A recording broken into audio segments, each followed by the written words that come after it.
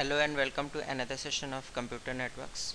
Today we'll talk about framing, error control, flow control, error detection techniques and error correction techniques. Now, let's understand about framing first. जैसी होता क्या है कि जब हमें data बहुत सारा भेजना होता है नेटवर्क के ऊपर, यहाँ पे हमें फ्रेम्स बनाने पड़ते हैं, हमें डिफ़ाइन करना पड़ता है कि हाँ इस तरीके यहाँ से पैकेट स्टार्ट होता है और यहाँ पे ख़त्म होता है, ठीक है। बिकॉज़ ऐसा नहीं है कि सारे कंप्यूटर हमेशा ही ऑन रहते होंगे, सभी हमेशा ही कुछ ना कुछ कम्युनिकेट कर रहे हैं। सो हमारा कब कम्युनिकेशन स्टार्ट हुआ, कब हमने मैसेज भेजना शुरू किया और कब हमारा फ्रेम स्टार्ट हो रहा है, इसके लिए हम एक स्टार्ट ऑफ फ्रेम डेलीमीटर रखते हैं, ठीक है। इसके बाद से उसका एक अपना आर्किटेक्चर होता है कि कुछ बिट्स अलग अलग पर्पसेस से डिफाइन की गई होती हैं and then finally we again put end of frame delimiter, ठीक है। तो एंड ऑफ फ्रेम डेलीमीटर जो है फ्रेम का एंड बताता है।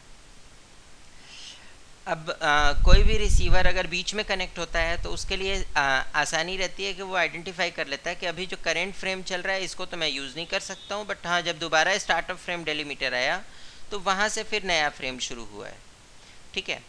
फ्रेम जो है इसको यूज़ करने से आपके सिस्टम्स आपस में सिंक्रोनाइजेशन बना पाते हैं।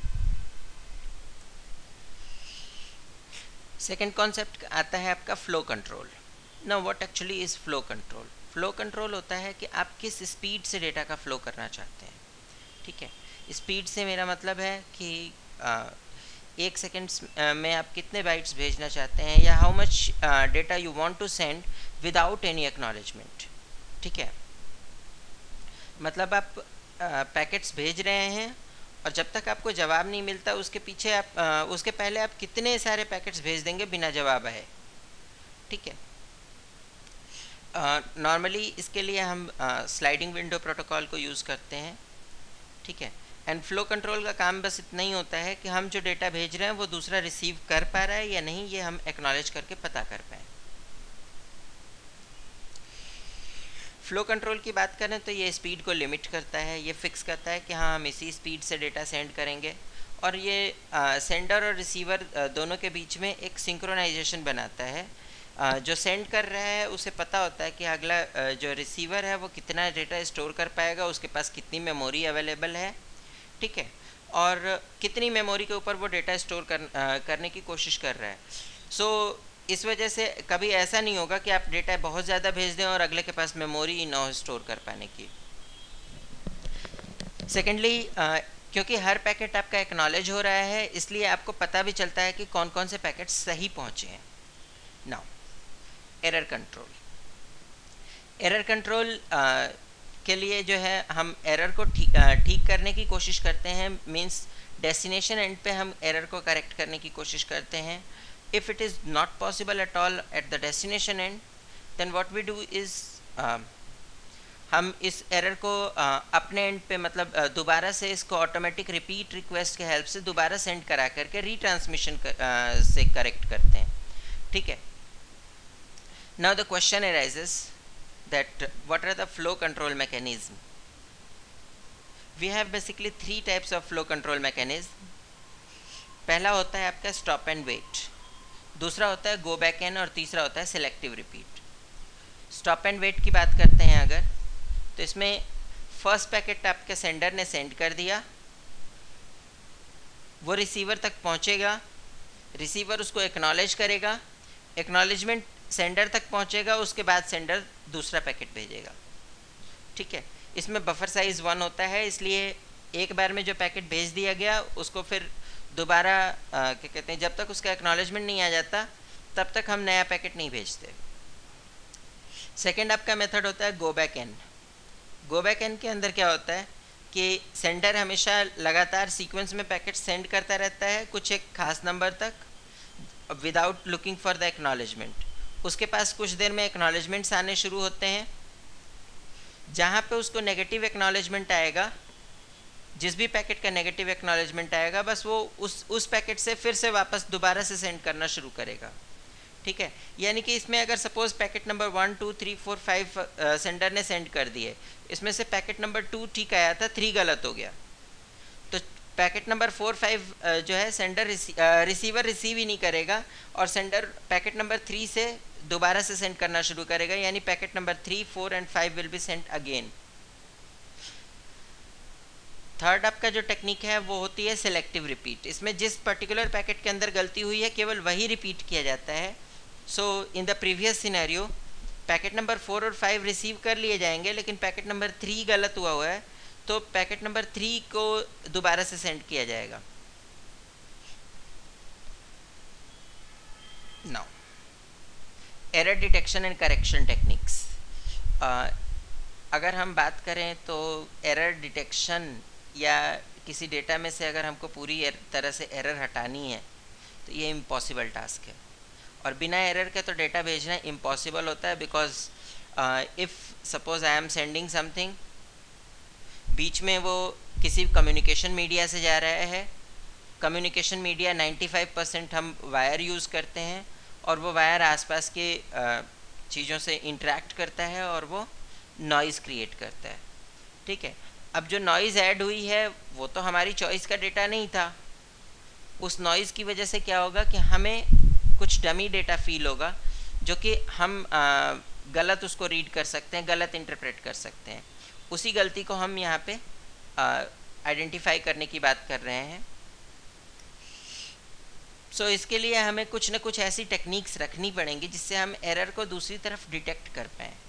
ठीक है, नाउ द क्वेश्चन अराइजेस कि जो डेटा मेरे पास था ही नहीं, मैं उसके अंदर कैसे एरर फाइंड करूं।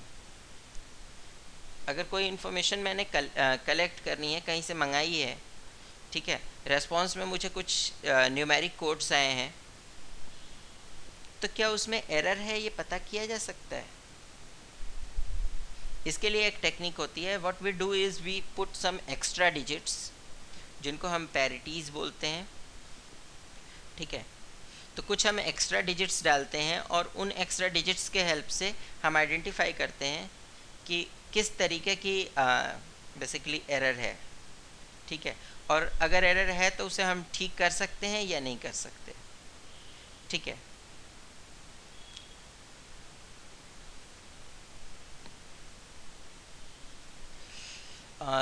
एरर करेक्शन के लिए जो कॉमनली यूज टेक्निक्स होती हैं, इसमें एक हैमिंग कोड होता है, दूसरा आपका साइक्लिक रिडंडेंसी चेक होता है, और तीसरा चेकसम होता है। Will talk about cyclic redundancy check in detail. Checksum और साइक्लिक रिडंडेंसी चेक की बात करें तो ये इन दोनों में जस्ट एक छोटा सा डिफरेंस होता है कि चेकसम केवल एरर को डिटेक्ट कर पाता है, साइक्लिक रिडंडेंसी चेक उसको करेक्ट भी कर पाता है। ठीक है, साइक्लिक रिडंडेंसी चेक के अंदर बेसिकली मॉड्यूलो 2 अरिथमेटिक यूज़ की जाती है। Modulo 2 arithmetic basically is a part of discrete mathematics, so we'll not discuss it in computer networks, but yes, it is used while detecting errors. ठीक है, cyclic redundancy check के लिए basically modulo 2 polynomials होते हैं हमारे पास। एक polynomial होता है जिसको हम जेनरेटर पॉलिनोमियल बोलते हैं, दूसरे को हम चेक पॉलिनोमियल बोलते हैं। ठीक है, मॉड्यूलो 2 अरिथमेटिक की अगर हम बात करें तो ये आपका जो है काफ़ी कुछ क्लॉक अरिथमेटिक की तरह काम करता है। जैसे क्या कहते हैं कि सपोज़ अगर आप 2 आवर्स ऐड करने की बात करते हैं तो वो 11 बजे के बाद अगर 2 घंटे की बात करेंगे, सॉरी 12 बजे के बाद अगर 11 बजे के बाद अगर 2 घंटे की बात करेंगे तो 12 के बाद 1 बजेगा। ठीक है, यानी कि एक स्पेसिफिक टाइम के बाद वो वापस फिर से पुरानी वाली वैल्यूज़ पे चला जाता है। ठीक है, इफ़ सपोज़ आप अगर क्या कहते हैं कि 10 बजे के बाद 3 घंटा ऐड करना चाहते हैं तो अगेन 1 बज जाएगा। ठीक है, so modulo 2 arithmetic is a kind of cyclic arithmetic, we can also call it cyclic arithmetic.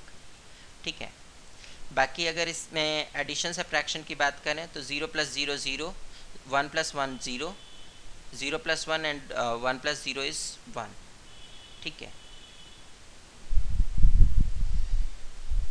Now just see what actually we do is, हमारे पास एक जनरेटर पॉलिनोमियल है that is 1101, okay, and we have one specific data to be sent, that is 11101. So what we do is we just divide it by generator polynomial and we'll get what are the things we have to add extra.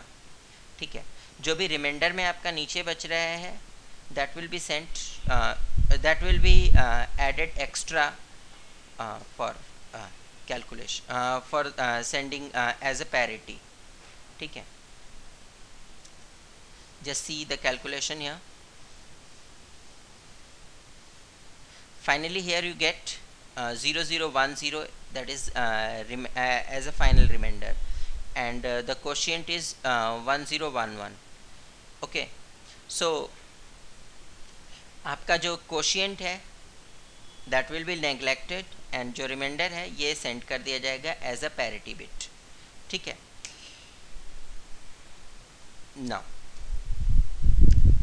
destination end पे पहुंचने के बाद destination again इसी चीज़ को जब check करेगा तो destination will find that what actually is the extra value that you are getting.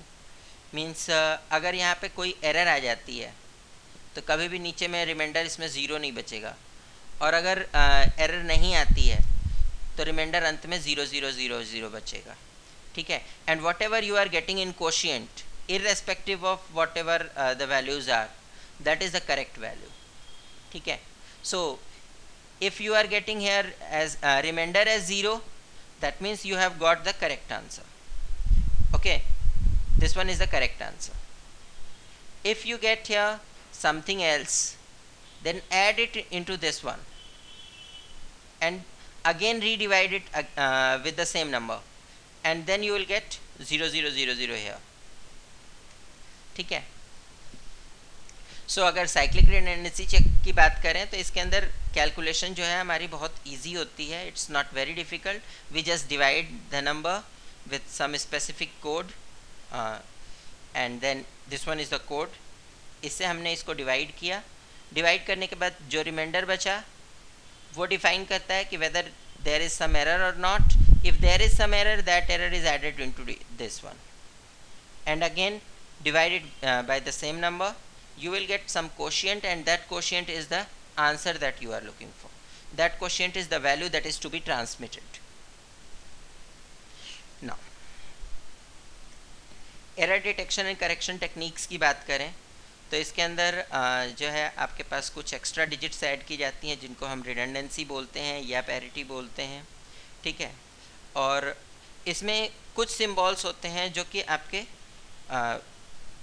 Use होते हैं, और बाकी उतने ही बिट्स के अंदर कुछ सिम्बॉल्स ऐसे भी होते हैं जो यूज़ नहीं हो रहे होते हैं. ठीक है, दो ऐसे शॉर्टेस्ट नंबर जिनके बीच में मिनिमम नंबर ऑफ डिजिट्स का डिफरेंस हो. फॉर एग्जांपल यहाँ देखिए हमारे पास दो नंबर्स हैं जिनमें 3 डिजिट्स के बीच में फ़र्क आ रहा है, तो इनके बीच में हम बोलते हैं हैमिंग डिस्टेंस 3 का है. ठीक है, Now what actually is the Hamming distance? Hamming distance क्या है कि साइक्लिक रिडंडेंसी चेक के अंदर जो आपने कोड्स बनाए, आपको सपोज 0000 से लेके 1111 तक भेजना था, आपने इसको 7 डिजिट में ब्रेक कर दिया. ठीक है, तो अब इसमें आपके पास तो 16 ही सिम्बॉल्स की रिक्वायरमेंट थी और 7 डिजिट के अंदर आप 128 सिम्बॉल यूज़ कर सकते हैं, तो बहुत सारे सिम्बल नहीं यूज़ किए हैं. ठीक है, जो सिम्बॉल्स यूज़ किए हैं उनमें कितनी डिजिट्स का डिफरेंस आता है, इस चीज़ को हम बोलते हैं हैमिंग डिस्टेंस. ठीक है,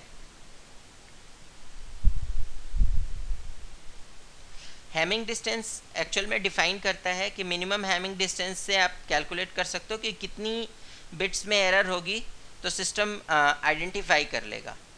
ठीक है, नॉर्मली आइडेंटिफिकेशन जो होता है, अगर सपोज़ आप के बिट्स में एरर डिटेक्ट करना चाहते हैं तो k+1 आपका जो है मिनिमम हैमिंग डिस्टेंस होना चाहिए. जैसे 2 बिट में अगर एरर डिटेक्ट करनी है तो minimum Hamming distance must be 3. अगर आपको 3 बिट्स में एरर डिटेक्ट करनी है तो हैमिंग डिस्टेंस कम से कम 4 का होना चाहिए। 1 बिट की एरर डिटेक्ट करनी है तो हैमिंग डिस्टेंस 2 का होना चाहिए। नाउ एरर करेक्शन की बात करें तो it is again half of the value that we have calculated, that is d minimum minus 1 divided by 2. okay, और you can say Hamming distance error correction के लिए होना चाहिए 2k plus 1 का, ठीक है, where k is 1 2 3 4 how many bits you want to correct, ठीक है। now सपोज हमारे पास जो है n बिट का कोड है, ठीक है, उसमें m बिट का डेटा है और r बिट हमारे पास एक्स्ट्रा है जो पैरिटी बिट्स हैं या जिसको हम रिडंडेंसी बोल रहे हैं, ठीक है। सो अगर एक एरर आती है तो वो n बिट्स में कहीं भी एरर आ सकती है, ठीक है। एरर की प्रोबेबिलिटी के हिसाब से हम डिसाइड करते हैं कि हम इसके लिए कितने बिट्स पैरिटी रख रहे हैं और उसके हिसाब से हैमिंग डिस्टेंस कितना बनना चाहिए, ठीक है। नाउ अगर हमारे पास n बिट का कोड है तो that means total possible symbols कितने बने 2 पावर n, ठीक है। हमारे पास जो एक्चुअल डेटा था वो m बिट्स का था, तो 2 पावर m बिट्स जो है हमारा डेटा बिट्स है, ठीक है। इसके अलावा जो कुछ है वो हमारा रिडंडेंसी है, ठीक है। So if you calculate by this n is equal to m plus r, और you can say r equal to n minus m, and in this way you can calculate what actually is the value of redundancy, how much is the extra digits you are giving out, okay। अब suppose हमारे पास m की value हमारे पास 4 है, ठीक है। सो r is 4 plus 1 plus r equal to 2 power r. So in this way we can calculate that it is around 3 bits. So normally it is 2 bits or 3 bits redundancy for your n bit code, ठीक है। जो हम generally use करते हैं वो 2 या 3 bits की redundancy use करते हैं, इससे ज़्यादा की यूज़ नहीं करते हैं, ठीक है। Now if m is 8 it is going to be 4, ठीक है। whatever the higher size you take उतना ही बड़ा आपको नंबर ऑफ डिजिट्स मिलेगा रिडंडेंसी का, ठीक है। Now ऑलवेज हमारी कोशिश होती है कि हम जितने भी आपके ऑड नंबर्स होते हैं उनको क्या कहते हैं कि हम प्रिफर करते हैं कि सभी ऑड नंबर वाली डिजिट्स को हम फर्स्ट पैरिटी के साथ में कंसीडर करें, ठीक है। फर्स्ट पैरिटी जो कैलकुलेट करेंगे that will be at all the positions where first bit is 1, ठीक है। मीन्स सपोज कोई नंबर है उसको बाइनरी में कन्वर्ट किया तो उसकी पहली डिजिट जब 1 होगी उस केस में हम उसको फर्स्ट पैरिटी के साथ ऐड करके कैलकुलेट करेंगे, ठीक है। In the same way if we are talking about second parity it is calculated with the second digit, ठीक है। सेकेंड बाइनरी डिजिट के 1 होने पे हम उसको कंसीडर करेंगे, यानी 2 3 देन 6 7 देन आपका 10 11 then 15 16 and sorry 14 15 and so on, ठीक है। Whenever the third bit is 1 then will calculate it for the third one, for example 4 5 6 7 then 12 13 14 15 and so on, ठीक है। इसी तरीके से चौथी बिट और पांचवी बिट के लिए भी आप कर सकते हैं, ठीक है। इसी for the checking also we go for the similar manner, ठीक है। Now just see how actually your data is synchronization frame is designed. ठीक है, एक फ्रेम आपका जो है ओवरऑल किस तरीके से बना होता है वो समझ लेते हैं। यहाँ देखिए, सबसे पहले आपका जो है ओपनिंग फ्लैग होता है जो 8 बिट्स का होता है और ये ऑलवेज 0111110 होता है।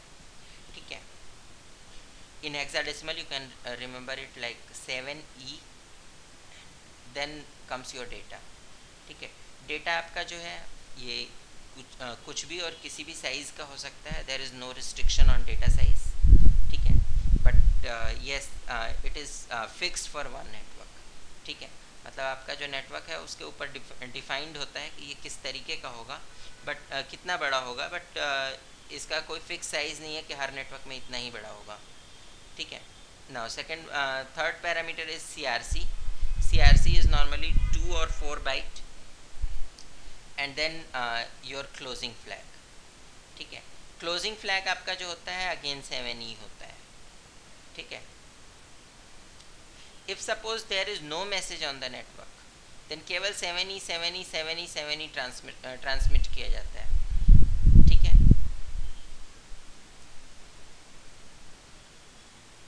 नाउ फ्लैग जो आपका opening flag and closing flag है ये आपका एक और काम करता है कि बफर अगर अगर स्पीड मैचिंग करनी है तो स्पीड मैचिंग के भी काम आ जाता है, बिकॉज 7E आना चाहिए। सपोज अगर कुछ डिफरेंट नंबर आता है that means there is some problem and the system actually resets its speed in such a way that it receives 7E। Okay,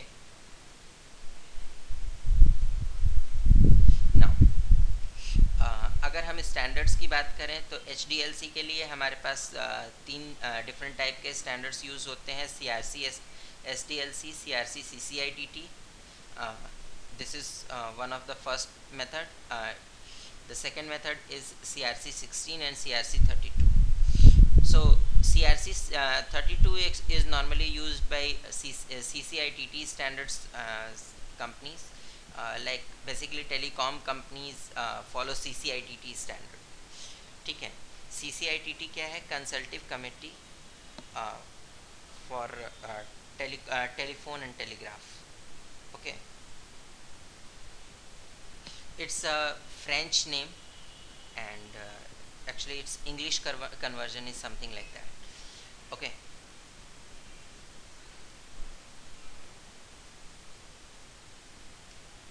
now there is one small task for you.